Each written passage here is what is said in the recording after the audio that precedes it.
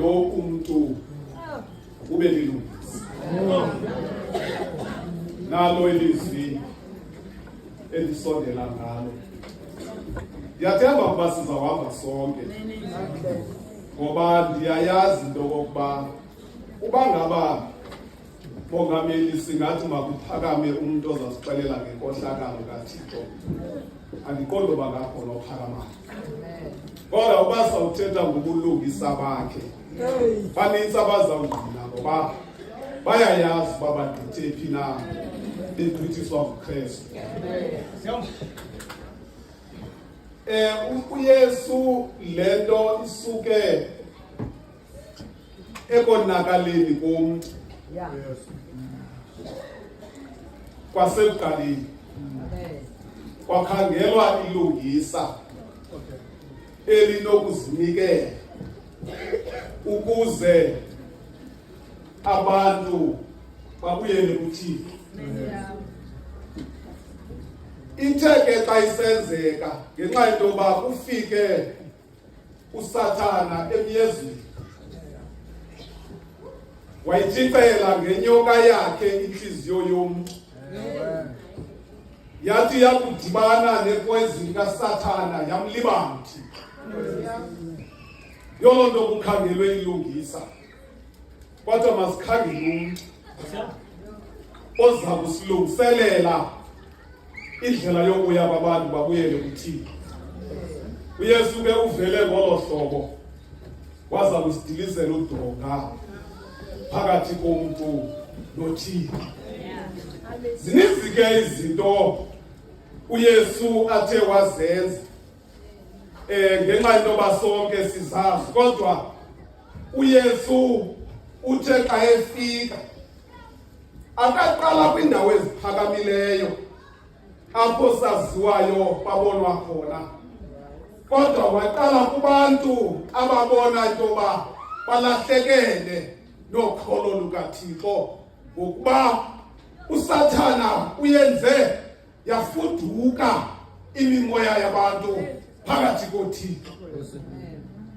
uThixo uYesu uzolungisa lo mfuduko uba makubuyele abantu babuyele kuThixo. Abantu ke bangabantu abenza izinto ezithandwa ngabo ngamaxesha abeva wona, ngoba yakuhamba ngolo hlobo uthi umntu noba uziva kakuhle eyedwa acinga into yokokuba izinto xa zihambela kakuhle acinga into yoba kuphelele, kanti akukapheleli. Yoloo nto athi unyana womntu namhlanje xa esondela kuyise esithi ukuyijonga zonke izinto uyisanazo, akaziboni zezikayise, wabona esakhe isabelo. Wathi tata ndohlulele zam ndihambe ndiyokuzibonela. Yathi kuba le ndoda ngunyana wayimzele, ayakwazi ukuthi andinazo ezakho. Yamnikelisa isahlulo, wahamba unyana wasendaweni ezithandwa nguye, ngenxa yento yoba zonke izinto zisemandleni akhe. Uthi akufika kwindawo afike kuyo, wafika wesiziqhulo esaziwayo, ngenxa yento yoba zonke izinto zisemandleni akhe. Wade wangawulibele into yokuba apha ngemva uShewuyise nabantwana bakhe. Eyona ndawo endifuna usondela ncakasana kuyo ukuze sivane, ndifuna ukuthi kuwe ukuze ungohlukani nomoya kaThixo, hlale emthandazweni.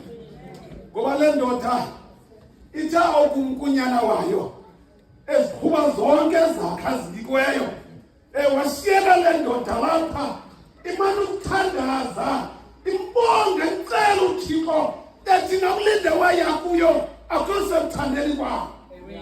Yathi Thixo mkhaphe ngoba kwawulunga xa kukho wena. uThixo uyakukhapha. Uzawuthoko uthi noba ukaziqondi into okokuba uphumile esiporeni kodwa uThixo ahambe ecaleni kwakho. Kuzawuthoko uzawuthi xa uzibhata ubuye uthi uba ngaba nguwe itsho ndize noba ndihamba phezu kwamanzi. So ndize noba ndihamba phezu kwamanzi. Ithi le ndoda xa izamana nokunikiweyo phakathi kwendawo ehleli kuyo zathi zaphela izinto ngoba ziyaphela izinto zasemhlabeni noba zisemandleni akho noba zisekuthandeni kwakho kodwa ziyaphela. Ithi le ndoda xa ziphela yaqala yayazi into yoba ukhona uba yathi ndiyakusuka ndiyekuba ndithi kuye noba bekuyintoni kodwa ndibuyela kuwe njengomzali ndenzeke ngoko ndibe njengomnye kubaqeshwa bakho. Mhlawumbi nawe unawo amathuba omane usithi xa kunzima uthi noba kucibisane endlini uthi Thixo ndinethemba lakho ngoba wena useyikundishiya nakule ndawo ndikuyo ndimi nawe. Nawe uyakwazi uyenza. Ndifuna ke into yokokuba ingaphumi le nkonzo ungakhange ube kanti unento ozikhumbulayo. UThixo lona asike sidibane naye kwezitrato zaseWashington sibone ngamehlo uthi nokubheke emoya udibane naye ukumbulisa umbambe isandla kodwa ngenxa yemisebenzi yakhe siye simazi uThixo. Bathi abantu abasikhumbuzayo nabasibeke ethembeni bathi mhleni kwezeni sambona nathi sofana naye. Ndiyafuna ke into okokuba sithi nakule ndlela sihamba ngathi sayishiya le ndawo ngoba ndiyabona into yoba izawundisokolisa. Andifuni uzibona sendiphantsi uphethe ndiziyele ndingabizwanga phantsi ngoba ndawuzibona sendiphantsi ndawusokola. Ndifuna ukuthi ke apha kule ndawo esikuyo ndifuna into yoba uThixo lo simazi into yoba noba sihamba nabantu abacinga into yokokuba basemandleni mhlawumbi abanye abantu amandla owaphetheyo nodiliza izinto ezithandwa nguThixo. Bakhona abantu abaphethe amandla okwakha izinto ezifuna nguThixo kodwa betsaleni kwam ndisabambene nabantu abathi bangamshubela noma ibheka ngathina sizayidisa. Lethi yethenye indoda lethi wangabuye bafuna thuma mna ndizabuyela lathi ndinike ndigunya ndihambe ndize nabo ongabelinge gunya lakho abafunayo usondela bazawusondela kodwa bangazingelakho igunya baze ngegunya likaThixo. Ndifuna into yokokuba uyijonge le ndoda xa iduluka iphethe uphepha legunya isithi ndizawuzana bo ndibakhoxile kodwa yathi udibane noThixo kumathafo aseDamasko wathi kubuyesu abantsilayeli ngabantu bakhe wathi njengelungisa awusayi kufika apho uya khona awusayi kufika apho uya khona. Ndifuna into yokokuba nawe wazi into yokokuba nakule ndlela uyihambayo uba ucinga into yoba ukhangela iintshaba zakho ukuze uzidilize no awuziyofika. Yeka ilungisa liye ngokwalo lithi lafika eDamasko le ndoda labonakala ilungisa lethi wenzakala ukhaba iviko nje. Abuye impendulo yathi ngubani na wena Nkosi? Yathi ngubani na wena Nkosi? Yathi kuba ikhona indawo ekhanyayo kwathiwa nyukela ngasendle. Ukunyukela apha ngasendle kuyakhanya apha ngasendle. Nawe uzayibona le nto uthi kunjawunjoku naxa sowufika kumadoda athi xa inika umyalezo kwathi khona endibonileyo ndimzisa kuwe ukuze ubeke isandla. Yathi le ndoda ndiyayazi le ndoda uthetha ngayo nemisebenzi yayo ndiyayikhumbula nakule ndawo ikuyo ayizanga ngakuhle. singayixolisa le nkosi kanti asizanga kabuhle. Ngifuna into yokuba uzukhangela imeko zengayo uba ngaba ayinhlanga uba inhlanga inkosi ngoba ngaba ayinhlanga imeko zengayo ukhangela ilungisa uzabona uThixo uzambusela ngasenhle yenyuka le ndoda sabeka isandla ngoba siyabeka isandla empini umuntu akhangela into ngoba intoni na endingenzayo ngifuna ukuthi ke sisondele isandla mhlawumbe wena mhlawumbe nje esami isandla singasifutshane kodwa esikhathi sona kudala safika uzamzoku ukwizinto omongameli esingekwazi ukuzibulela namhlanje sisabona ukuthi kungenxa yamandla esinayo kanti singawo wethu akhona amandla umuntu olungileyo umuntu olungileyo yedwa kodwa kunika amandla angathi kuwe athi bona uma uhambe ngayo kodwa uThixo uthi kuwe ngala unawo amandla wawukanikwe ndini hamba ngawo uze nabantu bawo sihamba ngamandla uThixo asinike wona asihambi ngawethu amandla sisondele ukuze kubonakala abantu bakathi yonto lithelungisa abantu belethetha kule ndawo sikuyo nabayigcinileyo bathuthetha ifika abhekesiwa khona ezabula okugcina waqala zathi xa zibonakala inhlungu wabajonga abantu abamsondeza kule meko wathi bawo baxolele ngoba ngale bayenzayo abayazi singabaxolelwayo kodwa ingxaki yamongameli kukho abantu abangaxoliyo bexolele ngaphandle kwabantu abangaxolelekiyo kodwa bakhona abantu abanqwenela ukuxolela kodwa kunzima ukuxolela.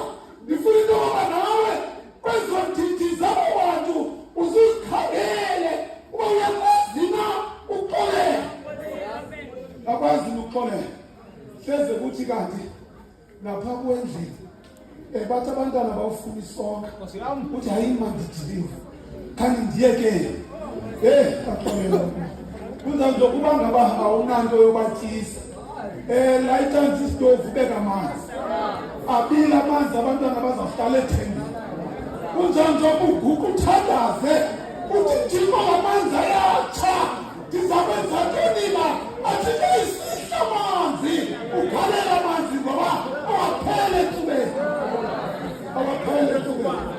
ube ngathi uyehla uthandazo bathi abantwana xa ubajongile ubabona abantwana besozelisa umthandazo kanti apha ngaphakathi abangasokasodwa abangaphila ngaso bathi babulala uthi Thixo izale inhlebo ngoba bamfuna ilanga bazavuka abantwana ingekabikho into yokutya bazavuka abantwana yolonto athi le ndoda xa isenza le misebenzi kunzanzokubathi abantu abangafaniyo nam nawo bazibone into yoba thina asingabo abaxolelwayo singaboni bathi bakuzijonga ukona kwabo yathi enye usundikhumbule usamlungele yathi impendulo yolungisa kwanamhlanje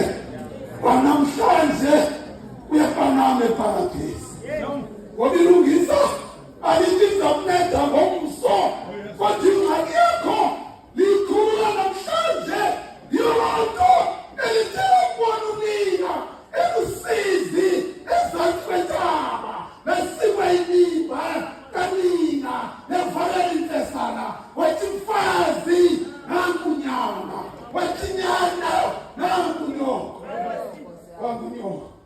yabona into bilungisa hleze ukuthi kanti kulo monakalo uzabohlukanisembili into ebhedele mandishiye ndilungisile kuyalungiswa dala umakelele ungaphumi ngomnyaka hleze ukuthi kanti uzavutha umlilo. UTajoku wathi kuba mama ebesiba inimba ecinga into kokuba ndiyakufumana thina omnye umntwana, kodwa le ndoda yayeleza ngenxa yentoba ingafuna ukushiya unina, yathatha ukhazi lwayo yathi nakunyoka senijonga mna ningandijongi ngoba ndinoThixo ndithathileyo. Jonga nani ngoba ndiyayazi intoba ngabanye nangoku nihleli kwezi ndawo nikuzo omnye imane ecinga intoba owam umntana kwelibhili mhlawumbi khangamuyizwa mhlawumbi khangamuyo kwakwangolwesine apho babethe khona imali banikazathe bazonwabele ngenyanga abahleli ngazo neyakho imali ikhona ngoba unyana yakho ithathe kuwe. Hlale emthandazweni, likhona ilungisa lizabuya nomntana. Mhlawumbi soncama nasemthandazweni uthi nomntana ngiva ngenxa into yokuba umamele izinto azitshali. Thandaza nje wena ujonge ilungisa alizudibana lizawudibana ilungisa noba uphakathi kwazo udrugs, noba uphakathi kotywala, noba uphakathi kwemela, noba uphakathi kwezinto ezibulalayo, kodwa likhona ilungisa lizalonela iphiko, angene phansi kwephiko zidlule intwaleko. Zidlule intwaleko. Umbona umntana engena athi xa ifika kuwe athi ndenze ndibe njengomnye ebantwaneni bakho, ndenze ndibe njengomnye ebantwaneni bakho. Ndiyafuna ukuthi ke hlale emthandazweni ukuze uzokwazi udibana ndikunika indlela yokudibana nelungisa. Mhlawumbi kudala ulapha enkonzweni awukadibani noThixo, kodwa indlela yokudibana naye ihamba emthandazweni. Yiloo nto athi lo mntu xa ezibisa, athi xa ejonga ecinga imeko abantu abasuke ngazo kuThixo ngexesha lasemyezweni, uSathane esebenzile wayiva ngathi lapha kuye into fuduka koThixo ecaleni kwakhe, wathi Thixo wam undishiya nani. uThixo akamshiyi umntu. Into nakuba zithi zakufikela iimeko zasemhlabeni ungakuboni nalo usecankwakho, ungathi umvuselele ucinga into yoba kakuboni kanti ukhona uyabona. Uyayazi ukuba intlungu yakho yaziwa nguwe, nokonwaba kwakho kwaziwa nguwe. Eyona nto ndizanayo mna yonwaba, wonwabe noThixo. Khathazeka kodwa uThixo uyazi into yoba ukhona njengomhlawumbi, njengelungisa ukhona uThixo olungisa izinto ezithi noba ziyonakala angenelele. uSathana uyakwazi ungena endlini afike indoda nomfazi behleli ngobonwaba, athi usathanda phakathi kwabo, athi abantu ndizabachitha. Kodwa uyena uThixo athi lo nalo badityaniswa ndini, abadityaniswanga nguwe. Wena chithe zakho, mna ndilungisa bendisezile. Uba ngaba umntu ngokaThixo uzawubuyela kuThixo, ayeke ukumka abe kude nofefe kaThixo, kodwa abe kufutshane noThixo. Mhlawumbi mamukiki uThixo